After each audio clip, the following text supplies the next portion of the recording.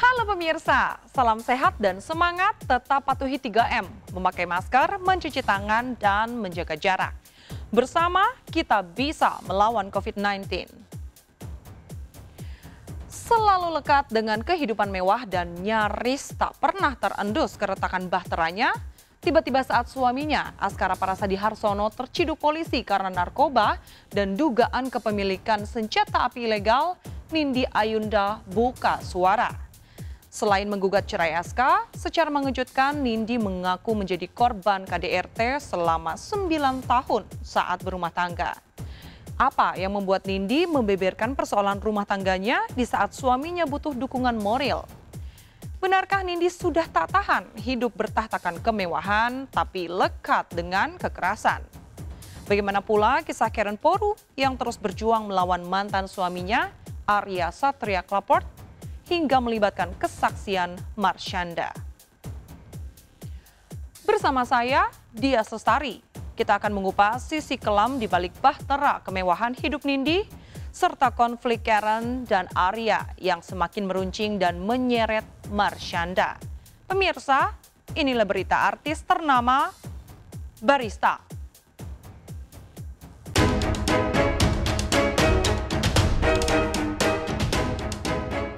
Penyanyi Nindi Ayunda mendadak buka suara. Bahtera rumah tangganya dengan Askara Parasadi Harsono yang telah dilaluinya selama 9 tahun, rupanya menyimpan bara api dalam sekam.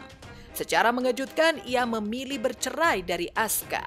Berkas gugatan cerai itu bahkan sudah disetor ke Pengadilan Agama Jakarta Selatan, tak kurang dari sepekan setelah sang suami terciduk polisi pasca terjerat narkoba. Kasus hukum yang menjerat Aska bak kota Pandora yang membuka tabir kelam di balik hidup Nindi yang penuh gelimang kemewahan. Seolah menjadi momentum untuk lepas dari bayang-bayang Aska, Nindi melayangkan laporan ihwal dugaan kekerasan yang dilakukan sang suami padanya. Tak tanggung-tanggung, dari kesaksiannya di kantor Komnas Perempuan Jakarta belum lama ini, Nindi mengaku nyaris selama 9 tahun mengalami KDRT selama mengayuh bahtera rumah tangga bersama Aska. Sejumlah alat bukti berupa foto-foto berisi luka lebam di bagian wajah ditunjukkan Nindi di hadapan awak media. Memang sudah sering terjadi, walaupun intensitasnya itu mungkin setahun berapa kali dan saya memiliki bukti-buktinya. Dan dilakukan tanggal 18.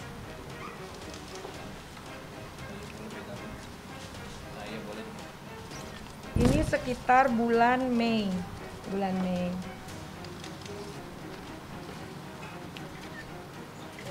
Rambut apa lagi kalau bukan rambut saya? Ini saya lupa tepatnya kapan, tapi bulan Januari juga ada, bulan puasa juga ada. Kalau menurut Mas Aska, itu terjadi keributan di kamar berdua. Ketika terjadi di sana, Mas Aska cuma nangkis kan ya. Karena sedang di komputer gitu, dikerauk wajahnya, dipukul nangkis, terus keluar kamar. Jadi tadi hari ini penyidik dari Polres Metro Jakarta Selatan datang untuk memeriksa saudara APH. Mengapa demikian? Karena saudara APH ditahannya di Polres Metro Jakarta Barat. Jadi diperiksa ke sini. Itu sama sebetulnya, itu hal yang wajar-wajar saja, laporannya ada di sana. Sulit dipercaya bagaimana Nindi mengalami dugaan rentetan kekerasan fisik di balik image gaya hidup yang serba wah dan glamor. Ya, sebagai istri dari suami yang dikenal tajir melintir, Nindi kerap kali menghabiskan waktu mulai pelesiran keliling Eropa, jor-joran belanja di kota rujukan fashion dunia Paris, Prancis, hingga nonton bareng secara langsung konser Ariana Grande dengan sejawat sosialitanya seperti Ashanti dan Ririn Ekawati. Pada postingan vlog miliknya di tahun lalu, Nindi tampak asik lenggak-lenggok bergaya dengan style nyonya-nyonya kaya raya hingga menenteng tas belanjaan super branded. Tapi sekilas dari bagian wajahnya masih ada sisa bekas luka.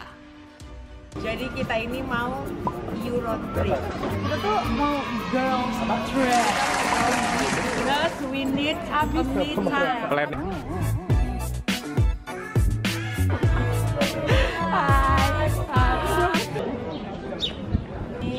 bajunya Mas Abi, Kanara, baju aku. Ayahnya nggak usah dibeliin. Oke, mari kita berjalan-jalan, bersenang-senang, tertawa bersama. Eiffel Tower.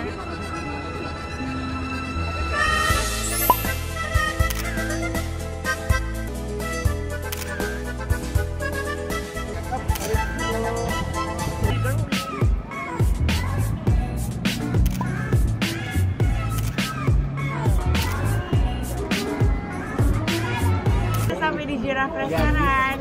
Kita ini sekarang udah happy karena udah mencoba restoran ini. Susah banget karena it's all because of.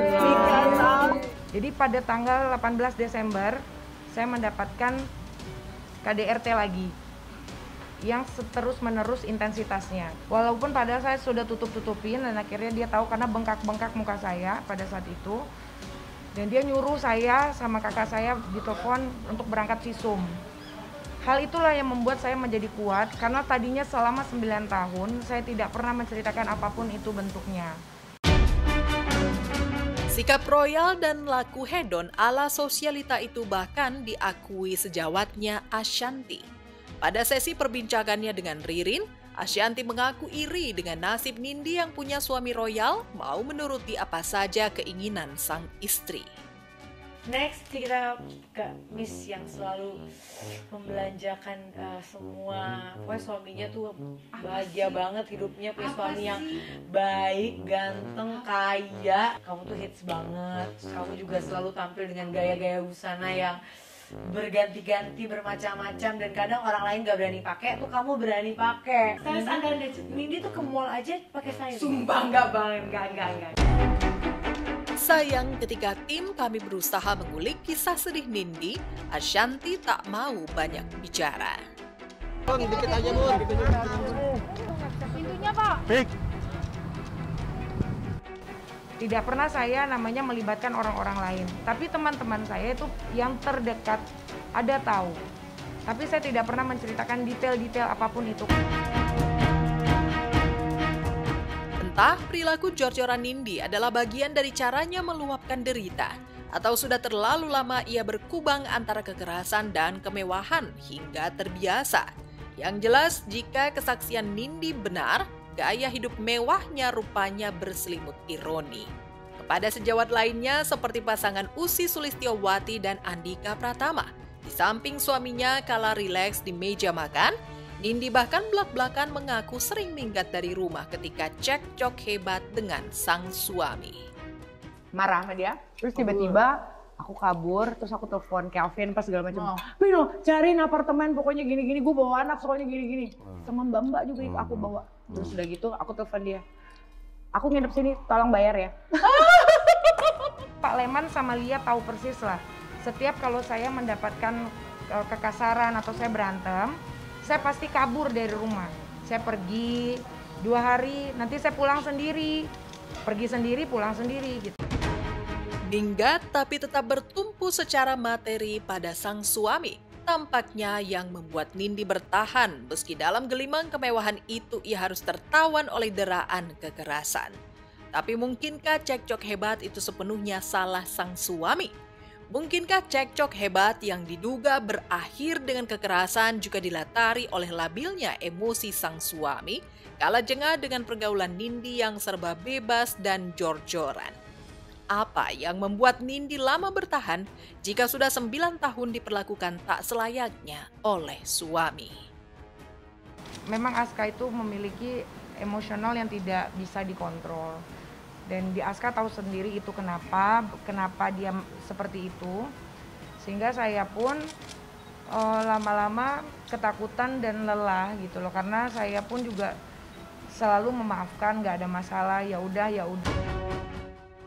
Memang terasa janggal jika baru setelah 9 tahun Nindi mengungkap perangai sang suami.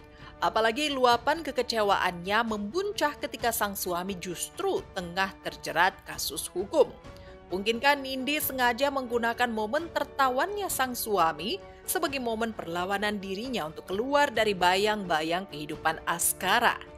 Bagaimana penasihat pernikahan melihat fenomena kehidupan mewah Nindi tapi berkabut kekerasan? Mungkinkah karena sudah terlalu sering, kekerasan fisik terlanjur jadi kebiasaan? Di kalangan tertentu, di mana faktor ekonomi sudah mencukupi, mengapa terjadi kekerasan dalam rumah tangga? Nah, hal ini tentunya terpulang kepada mereka sejauh mana suami istri bersangkutan menjalankan hak dan kewajibannya di dalam rumah tangga. Saya bertahan demi anak-anak saya dan saya adalah orang yang sangat mencintai keluarga. Perlawanan Nindi pada sang suami mulai dari gugatan cerai hingga membongkar sisi kelam perangai sang suami bukan tanpa perlawanan. Keluarga Askara diam-diam jengah dengan sikap Nindi. Bukannya berada di samping Askara yang terpuruk akibat terjerat kasus hukum, Nindi malah menggugat cerai hingga memberi laporan KDRT yang kian memberatkan Askara. Dari keterangan Nindi, pihak Askara bahkan mencoba memata-matai dirinya hingga berusaha merebut brankas berisi surat berharga di kediamannya. Dia nanya, ibu pergi sama siapa? Dijemput sama siapa? Pakai mobil apa? Kemana? Pulang apa enggak? Itu selalu ditanyain. Sekarang dapat informasi katanya Aska memberikan surat kuasa. Seharusnya surat kuasa itu diperlihatkan dulu kepada saya. Baru silahkan buka brankas. Saya aja nggak ada buka-buka. Kok kenapa kok itu yang dilakukan dulu? Episode pelik perlawanan Nindi tampaknya tak akan mudah dilalui. Ia yang mengaku sudah tak tahan lagi hidup dalam gelimang kemewahan tapi harus berlinang air mata akibat kekerasan hingga dugaan hadirnya orang ketiga dalam bahtera rumah tangga Nindi dan Askara. Terjadinya rumah tangga ini kacau-kacau itu karena saya mendapati Aska berselingkuh dari tahun 2015 dan saya baru mengetahuinya di tahun 2018. Berubah perasaan pernikahannya itu langsung berubah. Itu kita, kata Mas Aska, nggak terjadi ya. Yang terjadi itu memang seperti perselisihan ya. Bahkan tahun 2015-2016 karena cemburu itu, Mas Aska saya lihat juga ya di badannya itu malah kena tusukan bekas tusukan gunting kata Mas Aska sama sini. Jadi masih ada sampai sekarang lukanya. Sebetulnya ada alasan-alasan perceraian di dalam undang-undang kita, undang-undang perkawinan. Pertama, apabila salah satu pihak melakukan zina, melakukan judi, melakukan dulu masih ada madat ya, mungkin sekarang termasuk narkoba. Nah, yang berikutnya adalah terjadi perselisihan secara terus-menerus atau terjadi penganiayaan di antara suami istri bersangkutan. Itu dapat mengajukan perceraian baik suami atau istri.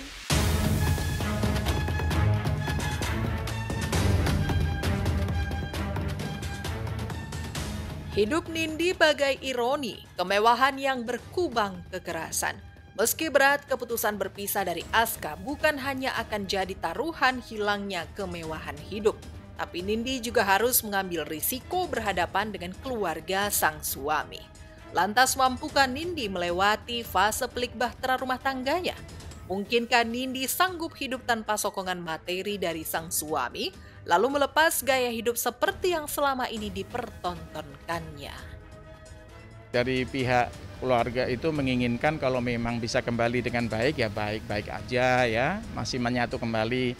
Kalau toh nanti akhirnya diceraikan oleh pengadilan ya sudah, namanya secara hukum kan harus bercerai dengan baik-baik, anak-anak dirawat dengan baik ya. Berulang kali saya ucapkan bagaimanapun terjadi hal buruk terhadap pernikahan saya, tetap dia itu bapaknya anak-anak saya. Jadi nggak boleh saya melakukan hal-hal yang buruk gitu loh. Apalagi untuk saya sebenarnya menceritakan ini tuh hati saya sedih.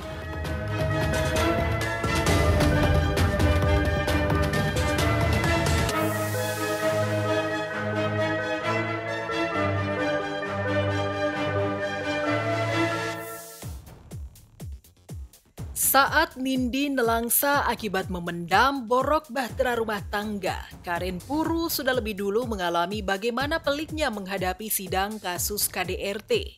Lantas benarkah Karen mendapat perlawanan dari Marsyanda? Benarkah ia tersudut oleh kesaksian Marsyanda?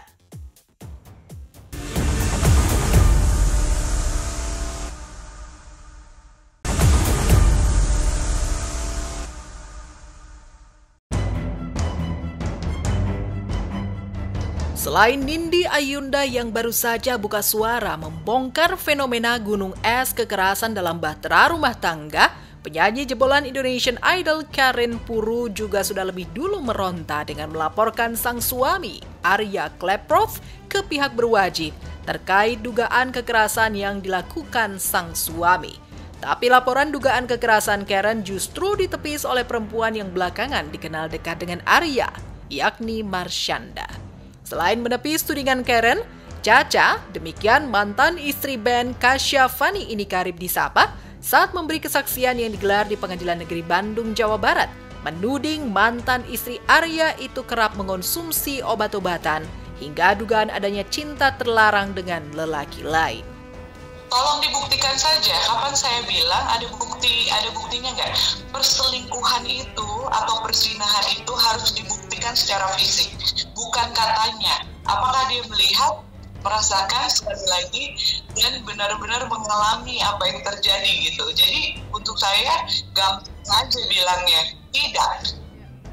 Kan bukti yang dia lihat itu kan, jadi ya dia melihat bukti itu. Jadi dia menyaksikan, bukan di tempat, tapi dia lihat bukan katanya saya, seperti katanya omongan Karen. Nah ini sama dia dibalik-balik lagi nih sama Karen. Iya. Karena dia kan nggak datang ke persidangan. Iya.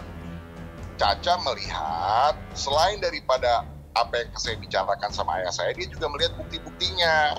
Yang saya tahu sih kalau perselingkuhan dari 2015, itu pertama saya dengar dari Egi, ketika saya masih waktu itu berhubungan sama Egi, mantan saya. Ya, jadi waktu itu kan Karen manajer saya.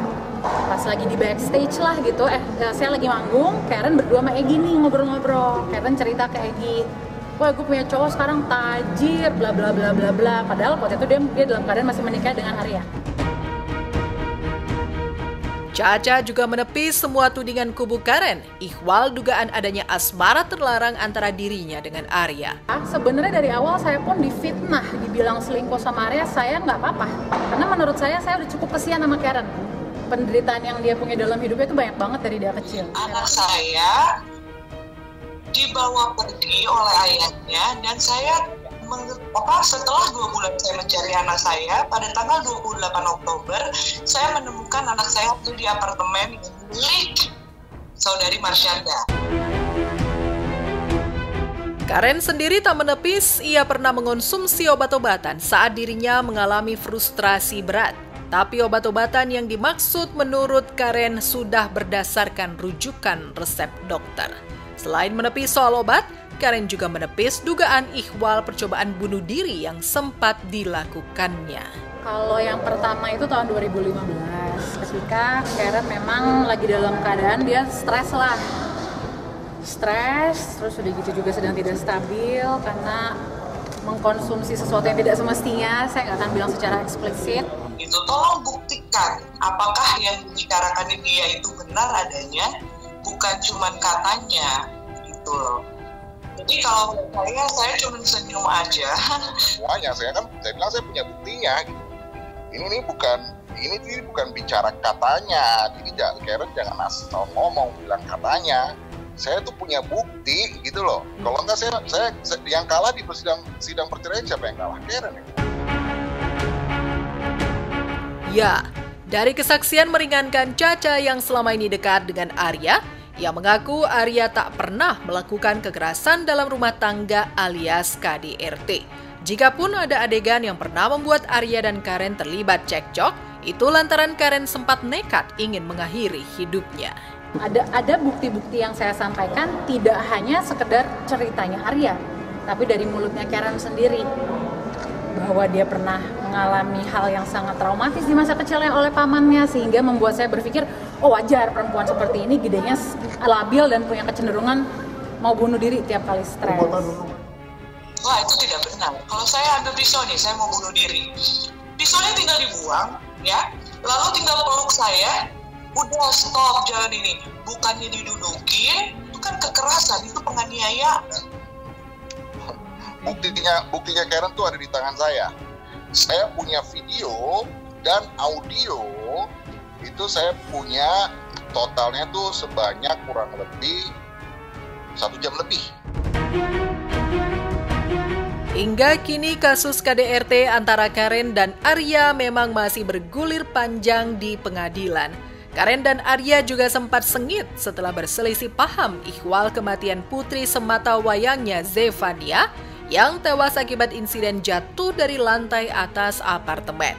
Hingga kini karena terus menunggu hasil penyelidikan kepolisian, lantas akankah Karen yakin bisa membuktikan semua tudingannya kepada Arya? Akankah Arya terus melawan tudingan Karen demi memulihkan nama baiknya? Kalau untuk KDRT ini kan sudah hampir final ya, tapi untuk apa yang terjadi kepada Zefania itu sebentar lagi digelar perkara untuk penaikan status. Ya, sebenarnya yang kena KDRT itu saya sebenarnya. Saya tunjukin, saya minta waktu 12 menit aja waktu untuk saya mau tunjukin videonya, menunjukkan sebaliknya yang Karen ngomong gitu. Saya lihatnya oke, mau berkasus oke. Saya keluarin nih semua racun-racun dia ini, dosa-dosa dia, bukan karena dendam, karena saya udah mau ngajak damai sama Karen. Saya udah mau ngajak damai nih, ya kan, nggak mau. Oke, lu udah maksa gua, mau nggak mau gua harus permalukan lu nih. Sorry kalau gue just permaluin lu, tapi lu udah mau jokin gua ke ujung nih.